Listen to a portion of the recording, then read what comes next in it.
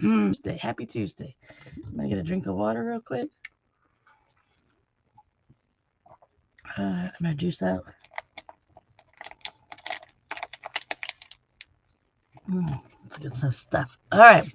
Today's topic: the truth about growing up and saying I'm sorry. But first things first, wherever you're watching, like, comment, subscribe, and share to your friends because they're going to need to hear this. I always let the Lord guide me in what I'm going to talk about each day. I say, what do I need to really talk about? And I saw something today, it triggered me, and I was like, yes, this is what I need to talk about. This is what I need to talk about because this was a huge part of my life, and it was a huge thing that I healed from. All right, when I was growing up, I always said, I'm sorry. You bumped into somebody, you said you're sorry. You did something wrong, you said you're sorry. You didn't do anything wrong, you said you're sorry. You were late for something, you were sorry. You were early for something, you were sorry. You were loud using your own voice, you were sorry. You were too quiet, said you were sorry. You took up too much space, you were sorry. You didn't take up enough space, you were sorry. Every little thing you were sorry about. And it just seemed so natural to me growing up. And maybe it was my firstborn self that was like that. But as I got older, I was like, what am I sorry about? Did I intentionally hurt somebody? I did not. And now that I'm a mom, my child started to say, I'm sorry too. And I was like, nope, we're nipping this in the bud right now. You're not sorry unless you walked across the room and deliberately stepped on somebody's foot. Then you can be so sorry that you did that because you thought about it, you did something bad, and you did it. You could be sorry for it and ask for forgiveness. But you're not sorry because you're too loud. You're not sorry because you took up space. You're not sorry for anything.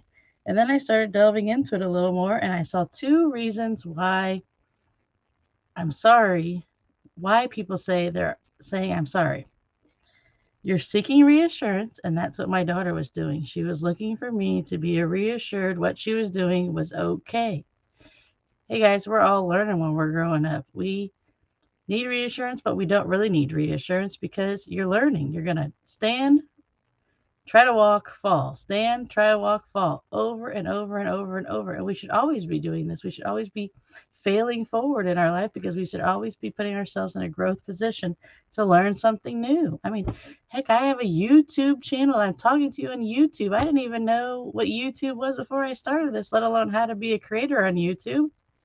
And now I push all these buttons and all these things happen, and voila, it's like second nature. But I fall all the time on it. I didn't get on here and say, I'm so sorry. I'm so sorry I did this. Yesterday, my video had to be 2 hours late. I didn't get on and say, I'm so sorry. I said, my video is going to be at 11 o'clock instead of 9 o'clock. No apologies necessary. I live an unapologetic life unless I intentionally hurt somebody. Then I'm like, I'm sorry. Please forgive me. All right. Seeking reassurance. It also gives away your power. I've been in many restaurants all the time where I have a server that says, I'm so sorry this, I'm so sorry that, I'm so sorry this. They're always a young girl. So maybe this I'm sorry thing is a young girl thing, but I don't think so. And I was like, what do you have to be sorry about? Did you go cook my food and made it wrong? Did you go do this? Did you do that? You don't need to apologize. You're giving away your power. You're providing excellent service to us, and other people are not in your control. So there's nothing to be sorry about. She was taken so aback because I was like, yes, I opened my big mouth and I told you, stop saying you're sorry. It's the worst thing you can do is be an I'm sorry person. I'm sorry, I'm sorry, I'm sorry. I live my life very unapologetic now. I'm not sorry for taking up space. I'm not sorry for being loud. I'm not sorry for coming on YouTube and helping you get through the hardest part of your life easier. I'm not sorry about that. Can you imagine if I came on and said, I'm so sorry about that?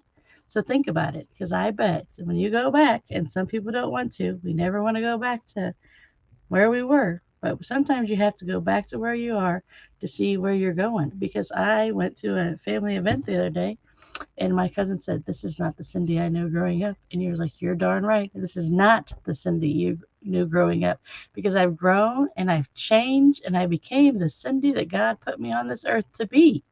He didn't put me on to be the I'm sorry Cindy. I'm sure that was there for a purpose for me to learn. So I can tell you this today about look for your kids if they're starting to say I'm sorry. Look at you and see if you say I'm sorry too much. If you're something, just say thank you. Thank you for your patience for me. Thank you for this. Like that's what I'd say. Thank you for joining me yesterday at 11 a.m. instead of 9 a.m. Thank you for that. So I have a whole group of moms in the middle. I guarantee you they are probably reformed I'm sorryers. They've probably healed from that or they want to heal from that. Look, that's a two-hand thing. So join me in the group. The link is in the description of this video. I love you so much and I will see you all tomorrow.